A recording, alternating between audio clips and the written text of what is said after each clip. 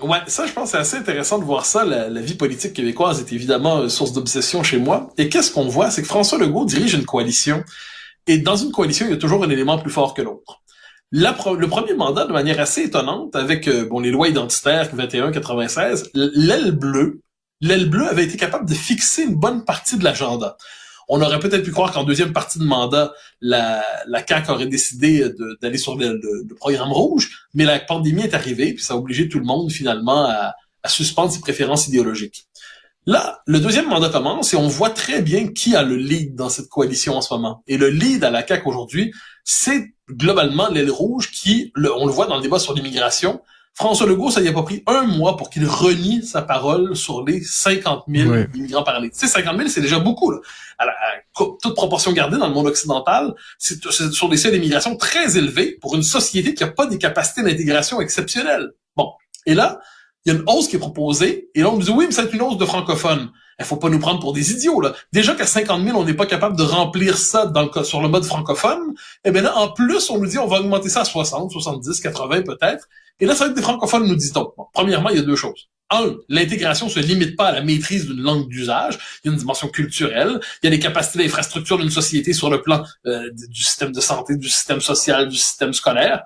Ah bon. Et ensuite, il y a une différence quand on nous dit francophone. Est-ce qu'on veut dire des gens qui parlent français, dont le français est la langue de culture et la langue d'usage, ou qui ont une maîtrise du français de manière un peu superficielle? Et trop souvent, ce qu'on constate, c'est que le francophone tel que reconnu par les autorités administratives, dans les catégories de l'immigration, c'est pas un francophone sur le plan culturel. C'est quelqu'un qui parle aussi le français, et ça, dans le contexte nord-américain, ça veut dire que ça va le pousser vers l'anglais. Je trouve que la CAQ, en ces matières, rit un peu trop facilement de ses électeurs et se dit que la CAQ se fait élire avec un discours bleu pour appliquer une politique rouge. Il serait peut-être bon de rappeler à la CAQ qu'elle a besoin aussi d'une politique bleue. C'est comme s'ils avaient fait la job pour l'identitaire dans le premier mandat. C'est fait, c'est fait. Exactement. On a la loi 96, on a la loi 21. C'est tout ce qu'on peut faire. Maintenant, passons aux vraies choses. Exactement. C'est le discours des vraies affaires. Donc là, on a calmé les inquiétudes de la majorité en lui offrant son geste de laïcité, en faisant une loi sur la langue.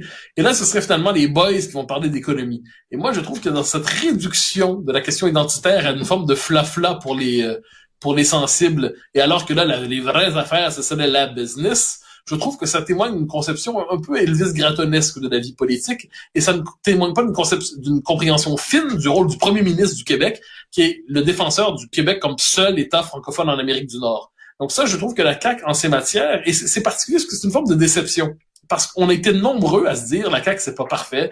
La CAQ, elle a plein de défauts, mais globalement, elle porte quand même le bon état. Elle marche pas assez vite, mais elle marche dans la bonne direction. Et là, on commence à se dire qu'elle marche rapidement et dans la mauvaise direction. On commence à se dire finalement que derrière le vernis bleu, il y a beaucoup de rouge. Écoute, parlant d'immigration, je veux te citer un tweet.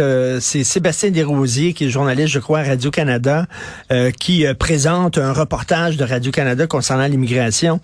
Écoute ça. Du chemin Roxham à l'itinérance, des demandeurs d'asile arrivés à Montréal n'arrivent pas à se loger. Les centres d'hébergement sont débordés. Les appartements sont trop chers. Résultat, certains aboutissent à la rue. Mathieu, on les laisse entrer par le chemin Roxham, on sait pas où les mettre, puis ils aboutissent sans abri. Vraiment, là... Mais c'est comme ça partout, si je peux me permettre. Si tu regardes à Paris en ce moment, il y a de plus en plus de tentes et des camps de migrants autour de Porte-de-la-Chapelle, qui est dans le 19e arrondissement. Donc, des gens qui arrivent, nos capacités d'intégration, tu sais, la nouvelle mode, c'est d'expliquer que la notion de capacité d'intégration veut rien dire. Ça veut dire quelque chose, et c'est pas seulement linguistique, c'est la capacité scolaire, c'est la capacité des hôpitaux. Ben oui. Et devant tout ça, et là, on voit la capacité de logement, d'accueillir, d'abriter. Et on ne l'a pas, cette capacité-là. Mais ça, c'est la vérité impossible à admettre de la part d'une bonne partie du parti migrationniste, du côté patronal parce qu'il s'en fiche, et de l'aile gauche parce qu'il se dit on est une société riche, donc on devrait être capable de faire ça. Mais c'est pas aussi simple. C'est comme les Français appellent ça le yaka faucon. C'est-à-dire il n'y a qu'à, il faudrait qu'on. Eh ben non, non, il y a pas qu'à faire quelque chose, puis il faut pas qu'on fasse quelque chose, c'est plus compliqué. Or, cette complexité nous échappe, puis on laisse entrer des vagues, en plus d'immigrants illégaux, pas simplement illégaux, qui traversent la frontière sans en avoir le droit. C'est un problème majeur. mais on... C'est comme si, je sais pas, le Saint-Esprit va nous donner les moyens de régler ce problème-là. Oui, rentrez, puis on verra. Une fois que vous êtes entrés, on va s'arranger. C'est pas comme ça que ça marche. C'est exactement ça, et c'est pas comme ça que ça marche nulle part. Nulle part. Partout dans le monde occidental aujourd'hui, les vagues migratoires massives, qui en plus lorsqu'elles ne respectent pas les règles, ça crée plus de problèmes qu'autre chose. C'est comme ça, on peut s'en désoler, il n'y a pas de doute là-dessus. Mais c'est ainsi. Là, il y a la question, on le voit par exemple en ce moment en Méditerranée, il y a des bateaux de migrants. Et là, les Italiens n'en veulent pas, les Français n'en veulent pas, les Français les renvoient aux Italiens qui les renvoient aux Français et ainsi de suite.